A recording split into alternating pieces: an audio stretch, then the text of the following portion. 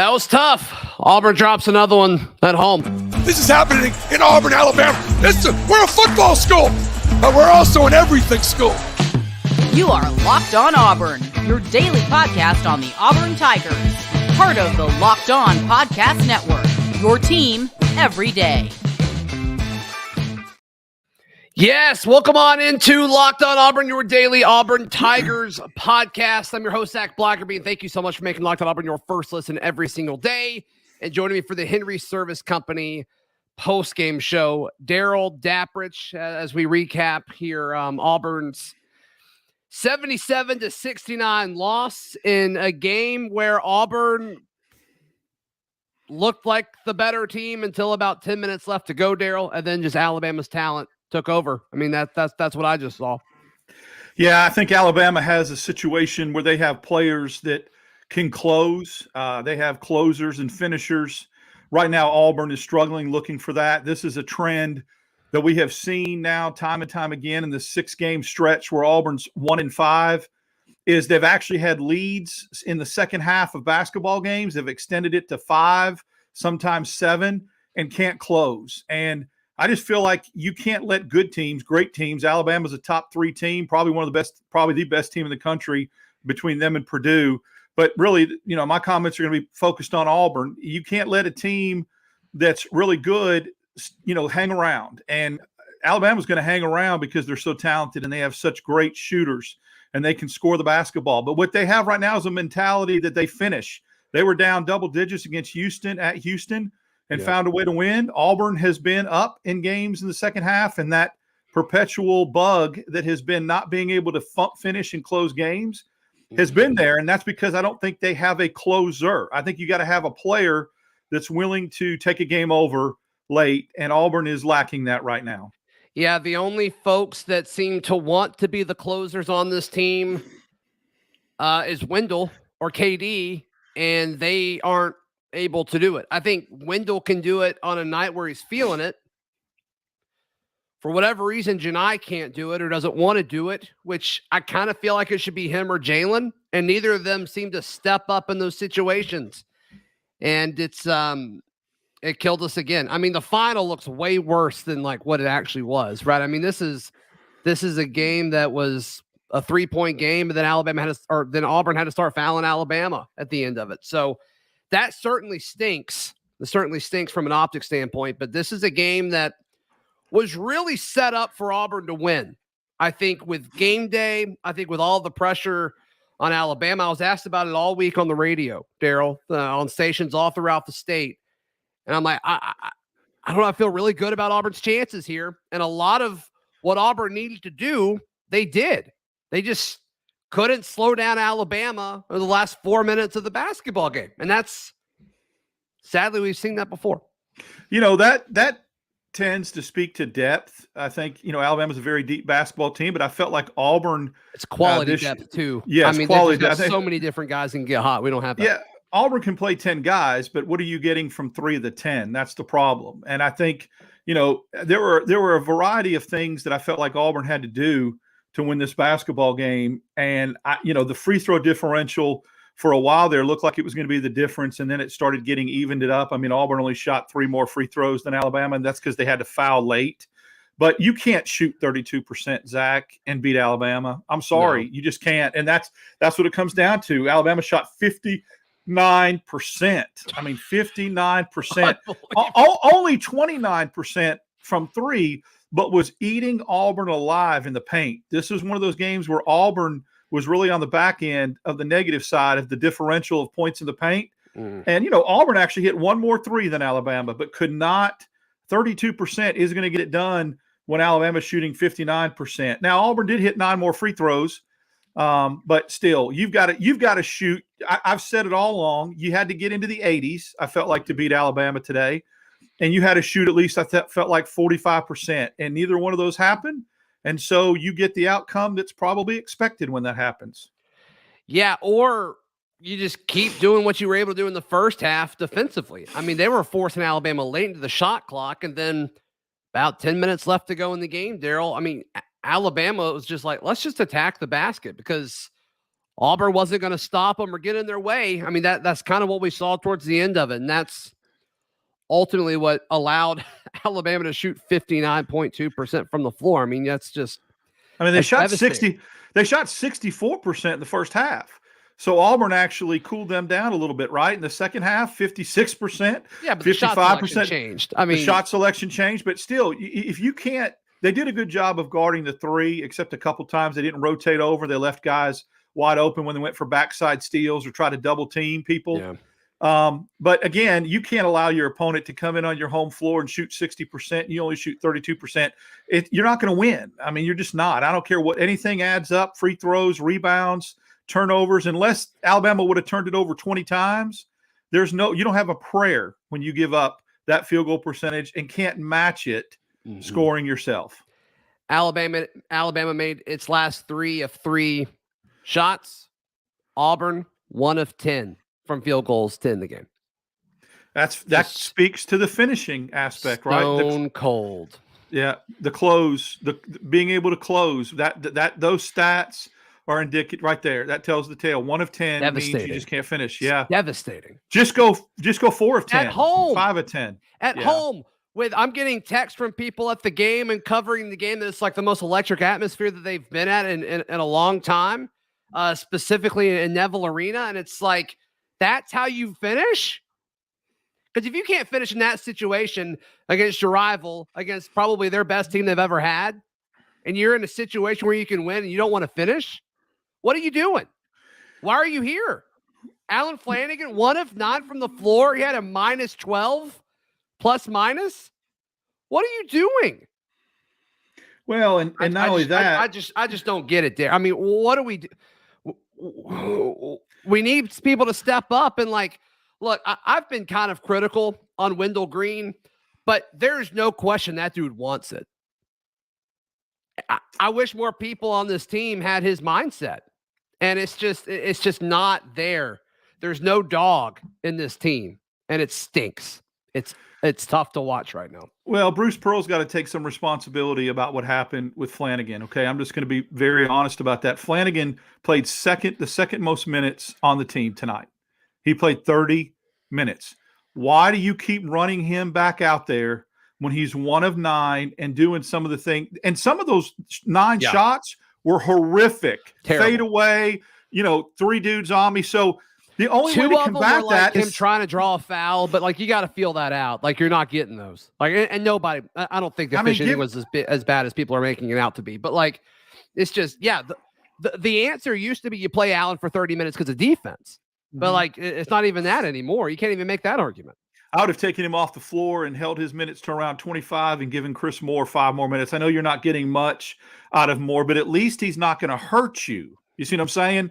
At least he's not going to take bad shots and make it a negative possession or a negative differential. He knows his role. He'll get some rebounds. He may not score, but Flanagan wasn't either. And Flanagan was affecting you negatively on that side of the floor. So I don't know. That's a coaching decision. That's a head scratcher. Pull him out. He struggled tonight, and let him play less minutes, because I think he really, really hurt Auburn with the minutes he played. Yeah, I mean, I think he's hurt Auburn in a lot of different ways, sadly. Be interesting to see what happens this offseason with him. Wendell, 7 of 19 shooting for 24 points. Obviously, he led the Tigers in scoring. Second was Jalen Williams, who, erupted, and then he just quit shooting, because that's what Jalen Williams does. It's just the weirdest thing. That's frustrating too, is he was feeling it. He was going off. He was having a special night. Should have finished with 20 or 22. And then he just disappears for stretches, stops taking shots, shot the ball 8 times. He had 16 points and shot the ball 1 less time than Alan Flanagan. Call timeout, run sets, and tell Flanagan to quit shooting the freaking basketball. You're coming over to the bench, and tell Jalen Williams, I need you to shoot more. I mean, maybe he did, and maybe they just didn't listen. But I think Williams should never, with 16 points, shouldn't have less shots than Alan Flanagan. And if he does, you affect that as a coaching staff by benching one and telling the other one to shoot more. Yep. About 10 minutes left to go in the game, Darrell. I was starting to kind of go through, okay, what do I want to start the show with? And if we would have won, I think it would have been because KD was starting to kind of heat up a little bit, KD Johnson, and I was ready to like just publicly apologize to KD Johnson because I've been really, really hard on him.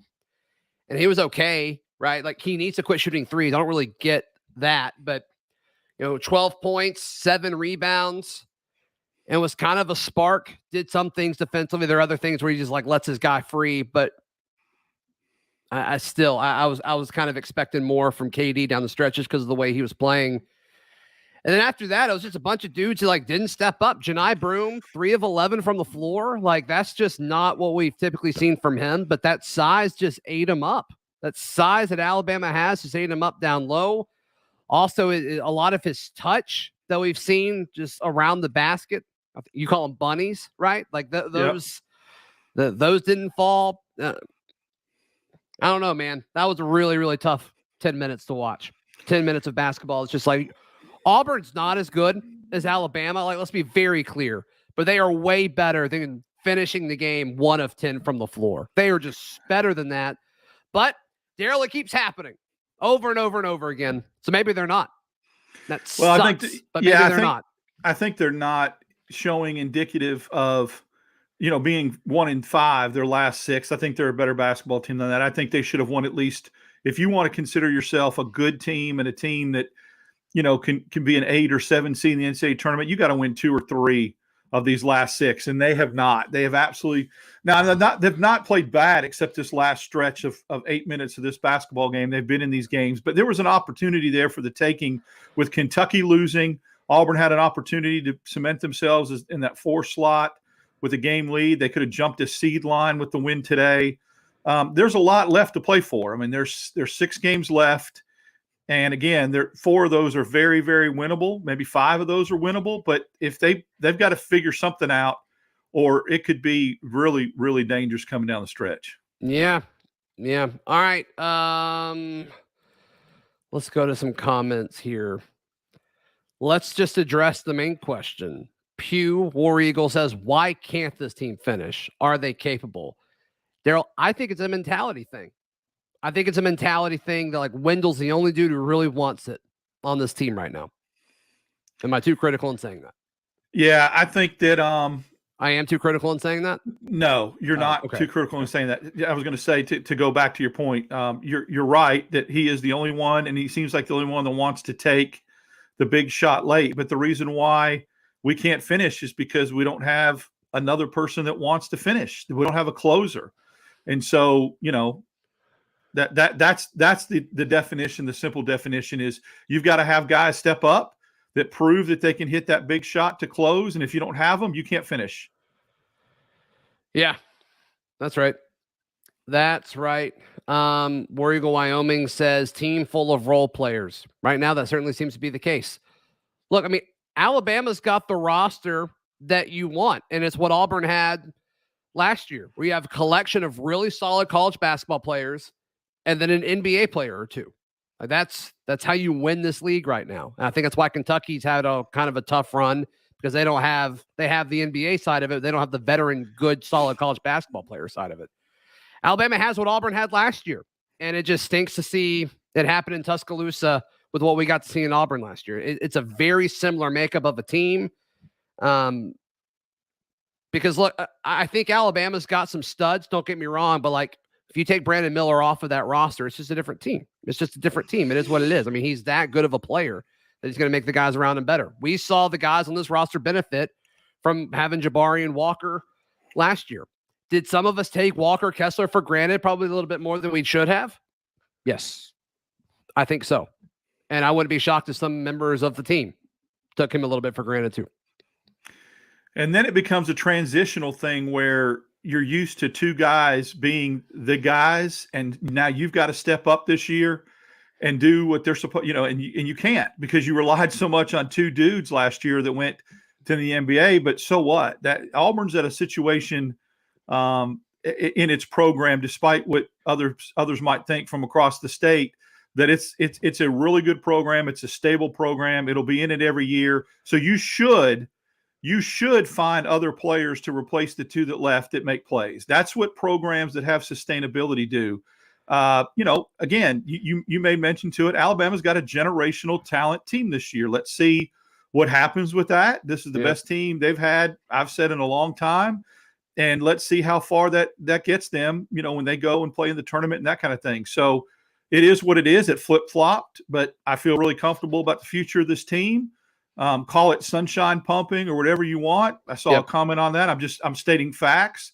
Look at the class that Bruce Pearl's bringing in next year and the year after, and we'll just see. We'll line up again and see how it goes. That's right. Crawdaddy asked, where was Quinterly? Don't care. You can look at Locked On Bama for that. I'm sure they'll talk about that. Here it is. Lane asked, who is gone from the team next season besides Zepp? So Zepp runs out of eligibility, as you said, Lane. That's really it as far as guys that have to leave, guys that are out of eligibility. There's a lot of speculation that Allen will be done. We'll see. Depending on when you ask that, it's like, is that good or bad? Right now, that seems like a good thing, but there are several times where, Allen Flanagan, can offer some things. If Allen Flanagan was like the sixth guy or the seventh guy on the roster, I think we feel a little bit better about what he's doing. He's just not really being asked to be that right now. Chris Moore is in a similar situation. They're both seniors, but they have COVID years left. And I think people are forgetting that. Some people that follow Auburn basketball and write for Auburn basketball and comment and talk about it on talk shows and stuff were under the impression that Auburn has 4 guys leaving next year. They don't. They only have 1 that has to go. The other 3, people are forgetting about those COVID years. So that's a big thing to consider as well. Yeah. All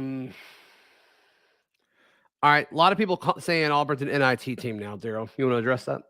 Well, I think, they're definitely trending that direction. I mean, I wouldn't have said that 4 or 5 games ago, so I've got to be realistic and say that if Auburn doesn't turn it around and find a way to win what I think 3 of their last 6, maybe 4 of their last 6, then I don't think they are an NCAA tournament team unless they made a run of the tournament. So I'm under the impression that Auburn, all they have to do is get to 20 wins, win 3 more conference games, be 10-8 in the conference, 20-11 overall, and they'll get in. Right now, they got 2 quad 1 wins because of Northwestern. Now, Northwestern plays Purdue tomorrow, so that could change. I think there's a good opportunity there. Probably won't impact it that much if they lose, though. No, and I think there's a good opportunity to beat Tennessee at home. I mean, they went on the road and lost to Vanderbilt. But on the flip side of that, Vandy ain't no gimme now. On the road in Vanderbilt, Tennessee just went and got beat. So, Missouri's not a cakewalk. I mean, Auburn should be favored in 3 of the last 6, but that doesn't mean they're slam dunks. I think they got to win 3. I think there's a good opportunity. Even if they drop 1, they shouldn't drop, maybe to pick 1 up against Tennessee, maybe that they can. You never know. I mean, things can change quickly in college basketball. That's right. That's right. And look, I mean, going into this game, Auburn was projected to lose this game, and they were still expected to finish 11-7 in the SEC, even with losing this game. 11-7 either puts you at 4 or 5 in the SEC, depending on what Florida does. And you hold the tiebreaker over Florida. And so all the metrics and stuff have Auburn at 11-7, tied with Florida, assuming Auburn lost today, going into the game today. So, everybody's saying the 2-loss thing, like, that's probably not true yet. Like, today doesn't really impact that because everybody was projecting Auburn to lose. And so if that's the case, I really don't want to be positive right now, but I'm going to be. So, if that's the case, Auburn was projected to finish 5th in the SEC. And right now, still with the current projections, even losing today, they're still projected to finish 4th thanks to the tiebreaker over Florida. So, still perspectives needed.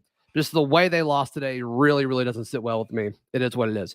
What does sit well with me is when I have problems with my electrical or HVAC or plumbing, and we can call our friends at Henry Service Company to fix all of it. I mean, we all feel crummy, like after this game, we all feel crummy when that stuff breaks down, but at least in that situation, you can call somebody and get it fixed, Darrell. Absolutely. There's no fixing this. But yeah, I mean, Henry Service Company does a great job. It's not just HVAC work, as you mentioned before, electrical, plumbing. I love the fact that it's a one-stop shop. A lot of times you have to go out and get 3 different companies to handle 3 different problems with your home and home maintenance. And Henry Service Company the thing that's clutch about them is it's one company can handle all three of those. And let's face it, if you've got a problem in your house, a lot of times it's one of those three, right? I mean, other than a roof blowing off, I mean, that's it. So they can take care of all three of those, and it's just very convenient. That's right. That's right. So be sure to give them a call. It doesn't matter when it is or what time it is. They've got you covered. If you're in the Montgomery Tri-County area, give them a call, 334-288-2700. Alabama license number 00021. I'm seeing some people comment on the refs. Ben, you're commenting on the refs. You know, I didn't really think that was like, I don't think that's why Auburn lost today. I think when both fan bases on social media are complaining about the referees, then there is no advantage one way or the other. I mean, Alabama was complaining about the foul differential, you know, and then Auburn in the second half, I mean, it did shrink, but so both fan bases were complaining about the officials. Did they miss some? Sure. But I actually think Auburn kind of got more out of it. I mean, let's see. Why can't I see this? Where is this? I want to make one real quick point too. When we were talking about games coming down the stretch, I completely keep overlooking Kentucky is winnable. It is. Just 3 weeks ago. No. Well, I'm telling you, I watched Kentucky against Georgia today, and I know people will say, well, Kentucky's a different team at home. Well, no, they weren't. Not against South Carolina. If Auburn can get a little bit of momentum in here and start winning. Darrell, unless Auburn's ahead by double digits with 4 minutes left, I just don't see it. But Kentucky's not Tennessee or Alabama on the road. They're just not. Kentucky is us. Yeah. So two teams have come in here, A&M and Alabama, and beat Auburn at home, which is supposed to be the most intimidating home court. Kentucky's not that much. Is not better than Auburn. They're very much both mid. They're both the same right now. They're carbon copies of each other. I haven't, to be fair, I haven't watched enough Kentucky as I would like to say that. I'm just kind of reacting right now, but we'll see. I mean, just this team, I've said it before, this team can beat anybody in college basketball at home. I've said that. And then like when everything's just set up perfectly, you can't do it. So I don't know. I don't know if I even believe that anymore, but the team today, with the exception of going to Tuscaloosa, that's the toughest thing that you got left in front of you. Missouri, mid. I think Auburn's better than Missouri. We'll see if it happens. And Vandy, Ole Miss at home, Lexington on the road. That's just, I don't know. I don't know about that one. Well, there's some questions about how are you going to get momentum. Well, I mean, it's real simple. You start winning some basketball games. Anybody that jumps in here and thinks, I get it, we're all frustrated, but anybody that jumps in here and thinks that Auburn's going to lose the rest of its basketball games is unrealistic. And anybody right now that thinks they're an IT team right now is unrealistic. It could change. They could lose, they could only go 2-4 down the stretch and fall out of the NCAA tournament. But I just don't see how Auburn doesn't start winning some back. The toughest part of their schedule that we knew about and we've looked at and we've pointed towards for a month is now over. Agree? I mean, this was Amen Corner. This was a baton death march. Tell me any other 6-game stretch. Auburn's got 6 games left. This 6 games that they're about to play is nowhere near as tough as the previous 6 they just played. No, but the last three games of the year, though, you go to Lexington, you go to Tuscaloosa, then you play a top 5 Tennessee team at home. Like Tennessee's not top 5. Tennessee's not top 5. Okay. They're not, and they're not playing like a top 5. So that playing that game at home in Auburn instead of having to go to Tennessee where you had a 3 in the air and got fouled to tie, I'll take my chances. Playing a Kentucky team that lost to South Carolina at home and just got beat by Georgia like Auburn did, very, very similar. The Alabama game, but go look at the BPI, ESPN, like you just said, the projections, which have been pretty accurate. Yeah, they've got us going 11-7 in the conference. Yeah, that means winning 4 more games. Yeah, we'll see. So that means they've got us going 4-2. That's what the projections say. And like you said, they're normally pretty close. And if that's the case, Auburn technically overachieves this year. This last six, let's just say this real quick, Zach. These last 6 games, that projection, that predictor has been exactly right on every game except Texas A&M at home. They had Auburn winning that game, and Auburn lost that game. But all the other losses and the win against Georgia, that was how it was projected. And it wasn't close. It was like 70%, 68%. So it's kind of proven itself to be accurate. And we'll hope for Auburn's sake that it's accurate down the last 6. Gosh, I hope so. I don't know. This one broke me. If I'm just being 100% honest with me, or this loss broke me.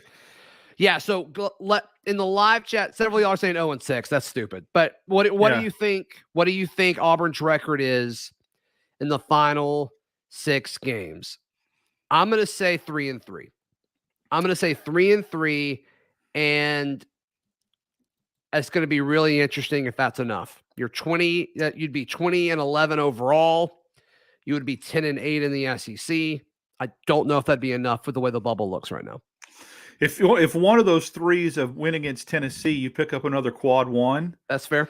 If you beat Missouri at home, I don't know if that's a quad 1. It might be. But if another one, if you lose and slip up and lose at Vandy, but win at Kentucky, that's another quad 1. So you could potentially go 3-3, screw up and lose to Vanderbilt, and beat Kentucky and Tennessee and Ole Miss, or lose to Missouri. That's how it's got. I mean, if you go 3-3, I think I'll say this: 3-3 and one of those a quad 1, and hold on to that Northwestern game as a quad 1, and finish with 3 quad 1 wins. You're in.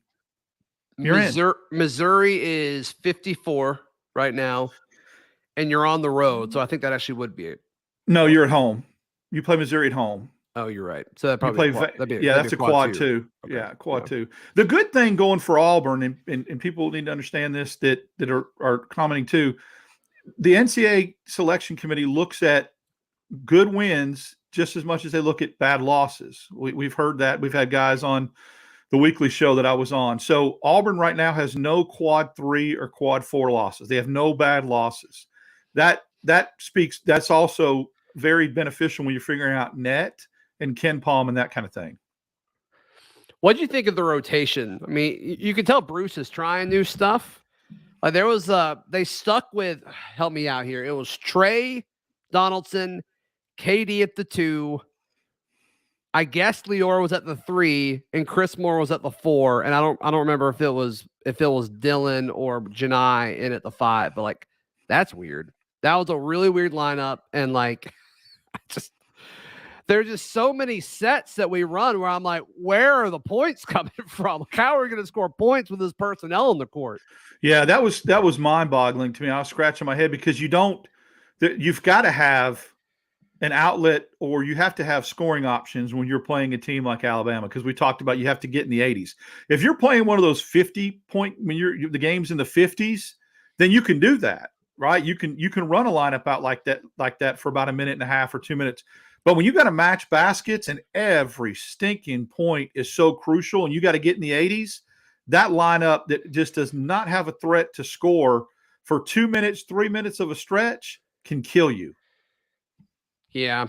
Why? Can I ask you a question that I ask you every time that we do this? Sure. Why is Zepp not the backup point guard? I just can't get I don't know. it. Why is Alan Flanagan playing 30 minutes when he's 1 of 9? I don't know. I think Bruce would say defense, but I just don't see that being legitimate. I just don't think it makes sense. Who was he guarding? I don't know. I guess that because they switched back from man to zone, so I don't know who kept rotating over to his side of the zone. He was minus 12, Darrell. Yeah, I mean he's so the defense teams. The defense argument doesn't hold water there either, right? If you're minus 12, you're not stopping anybody either. I mean, Auburn is just worse when he's playing. Unless he has one of those nights where he pops. And he had 3 in a row at the beginning of conference play, and that's just going to be it. Jesse asked a great point. And I think if we're going to say somebody needs to play less, you got to talk about who is more. Jesse asked, who are you going to play at the 3 if not Flanagan? And I've got 2 names. I've got 2. You know what? I'll go 3. I can go 3 names here. You already said 1, Chris Moore. I think we all are cool with that. Lior Berman, when he gets his minutes, is fine. At least there's a chance, you've got to respect him shooting the 3 when Lior's in there. And then his effort on defense, he's not as physically gifted as Allen, but still, the effort, there may be a drop-off, but I don't think it's much, Darrell. And I also just trust him to be in the right spot. I don't always trust Allen to be in the right spot. You with me on those 2? Exactly. Yes. Third, what's up with Chance Westry? Why not? He's not going to go minus 12. He's not, but I think he's broke right now. I just don't know if you can insert him into any kind of meaningful minutes with what's transpired. The longer they let him sit, the less likely he can make any kind of impact. I wouldn't mind a 3-guard lineup with KD. I know you could say, well, he's not playing a 3. You're not really playing a traditional 3. You're playing a point and guard and 2 twos, and then go with Broom and whoever. That's pretty much what Bruce uses the 3-4 anyway. It's just a bigger wing. What about trying this? What about sliding Jalen Williams to the 3, moving Broom to the 4, who seems to be a more of a natural 4, and letting Cardwell play the 5, and going big, going nasty, and going. Look, I know Dylan isn't a threat to score but more than 6 points, but freaking everybody else we're putting into 3 isn't either. So at least you have a defensive and rebounding presence. You have a big lineup. That's what I think they'll have to do against Kentucky. Kentucky's big. If you can do that against Kentucky, you can neutralize Sheboy a little bit. Sure. I like slide Jalen Williams to the 3. And guess what? He can shoot the 3. That's what you want. You want a guy that can hit the perimeter shot. Jalen Williams can. So go Jalen, Broom, and Cardwell down low. I think you would have a formidable front line that would get a lot of rebounds and a lot of points in the paint. Just what you're doing right now, it's not working. And you've got to try new stuff. And maybe that's what that was in the middle of the game. Somebody said that weird lineup cost Auburn the game. I don't think that's true. I think finishing the game going 1 of 10 is probably what lost you the game, but that's how do you know that? And how do you know that starting Cardwell might not kickstart him to another level? Like, he's got a mentality right now. I'm coming off the bench. I'm a role player. This is what I'm supposed to do. This is my limits. You start him, and he may have a completely different mindset about, oh, I'm starting. I better go get more points. I better get after it offensively. That might be the route you go, and look and see if injecting that kind of confidence in him elevates his offensive game a little bit. Yeah, I also think when the opportunity's there, he's able to capitalize. It's just in his 12 minutes. I mean, he only had that one, and I guess it's a shot attempt, but that oop, and he didn't really get the ball again on offense that I can really remember. Jerry Rice bringing up. Crazy that Jerry Rice watches this. I don't know why Jerry Rice cares about Auburn basketball, but glad to have you, Jerry Rice. Would have 0 3-point threat with that offense. Jalen wouldn't get the type of shots he does now at a 3. He'd have to create a lot more. I don't know how much of a 3-point threat Auburn has in any lineup.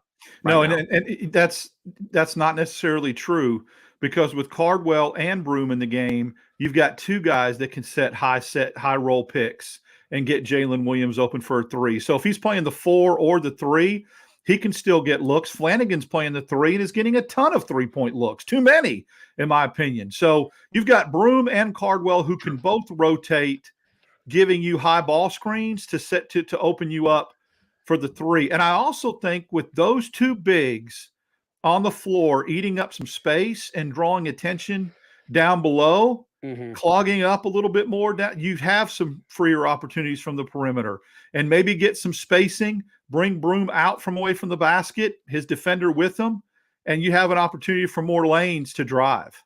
Yeah, and you mentioned clogging. If your pipes are too clogged, you can call our friends at Henry Service Company, 334-288-2700. Isaiah asked, who will play center for us next season? Janai Broom and Dylan Cardwell, I believe.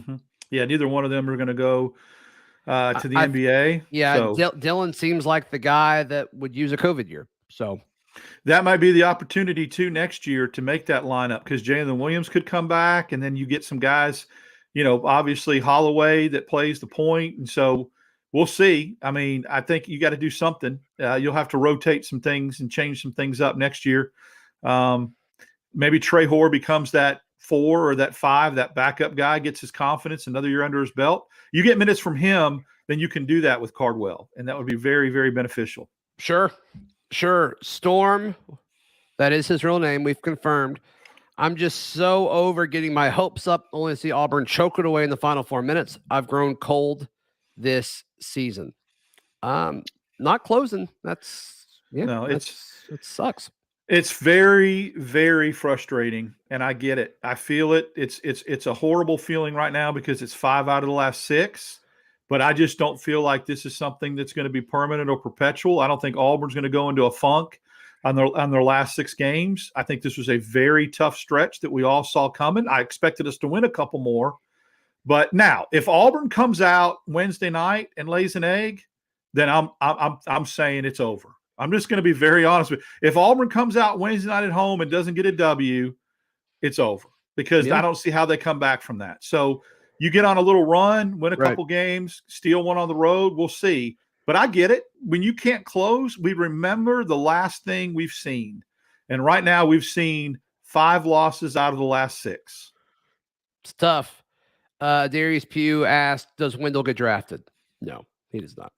Into the NBA? No, he does not. He does not. Joseph saying the freshman giving us minimal contribution is killing us. You got to think that everybody on this coaching staff is surprised that the freshmen weren't bigger impact. I mean, a lot of people that cover the team, like basketball team is their main beat. We're like, yes, Traore has got a chance to start, and Westry has a chance to start, or he will start once he recovers from his knee surgery. And we just haven't seen it. We just haven't seen either of those, obviously. And that's, I think it's impacted the rotation. I think it's impacted a lot of things. The coaching staff was wrong on these guys, which is a shame. Now, I think next year, Darrell, I think they'll be great. I think that, I think they've got the chance to be great. I think they've got a chance to be solid contributors for Auburn over the course of their careers. But yeah, no, this class is killing us. There's no doubt about it. Brent makes a good point. Brent, if you'll pull that up, Zach, Brent Riley's comment about half of Bama's points, because Jay Billis in the comment section, just to piggyback on that freshman thing, said 3 of Alabama's top scorers are freshmen, and half of their points come from freshmen, just like Brent said. So, yeah, and they don't blink in crunch time, right? I mean, you would think that they would get a little intimidated or a little bit because they're freshmen, a little wide-eyed. They haven't. So that really solidifies that point and amplifies that point that Auburn's getting nothing from its freshmen. Zippo. You have to have freshmen make an impact. Look at the impact Jabari Smith and Isaac Okoro and Sharif Cooper made for Auburn, the last 3 great freshmen Auburn had. If Auburn got anything like that, even just similar, no one's expected to be a Jabari or a Okoro or a Sharif, but let's just say they get 2/3 of that production. Just one freshman coming in and averaging double digits. Auburn would be so much better off this year than they are. And they're not getting anything, nothing. And that goes back to scouting. That goes back to recruiting. I don't think anybody could blame Bruce Pearl for taking a 5-star Traore and a high 4-star Westry. Right. They looked great, but they just have not panned out. Yeah, no, there's no question about that. So Wendell's spot this offseason will be very interesting, because he's not starting next year. I don't think. I don't know how you bring in Aiden and you don't start him. And so then you also probably have to move Chance Westry. For some reason, they put him at the 1 consistently when he was playing in the non-conference slate. And so you just look at it as like Aiden, Wendell, and Trey. And I just don't know, like, do you just play Trey less? Does Wendell work coming off the bench when Aiden's a similar style guard? He's just a more efficient scorer. Wendell worked coming off the bench last year because you had Zepp, and they're just so different. They talked about it during the broadcast today. Jay Billis did, about how, Zepp would wear the opposing point guard down, and then Wendell would come in and be a change of pace, and it would pop him. So I don't know. I don't know what they do with Wendell. I also don't know what they do with KD. Yeah, I think that you're going to have. I know you're going to have. The guard rotation. The 5 guards are going to be Wendell, Aiden, Trey, KD, and who am I missing? No, those 4 I think are locked in stone. How they play and maybe Chance Westry. That's the say those 4 again. So you got Aiden, Trey, Wendell, KD. Those 4 I think are your top 4 rotation guards next year. Now, how they fit and what combination thereof, maybe Wendell and KD start and Aiden comes in off the bench with Trey and they have that 2-point guard? I don't know. It's going to be – I don't know if Aiden is a combo – I don't know if he's a combo guard or a true one, because remember, Bruce recruits a lot of combo guards. So Aiden could slide to the 2. We don't know. I hope so. If that's going to be big. Darrell, if that's the case, and Katie and Wendell are both still on the roster, and you have Aiden coming in, and you've got a backup point guard and Trey Donaldson coming in, I don't know how you go to guys in the portal and say, hey, come here. We're in the same spot we were last offseason. It's a good point. You're going to have to do that. I don't know how you can not, unless just KD takes a backup role and plays 10 minutes a game. I don't know how you can go get that superstar caliber shooter.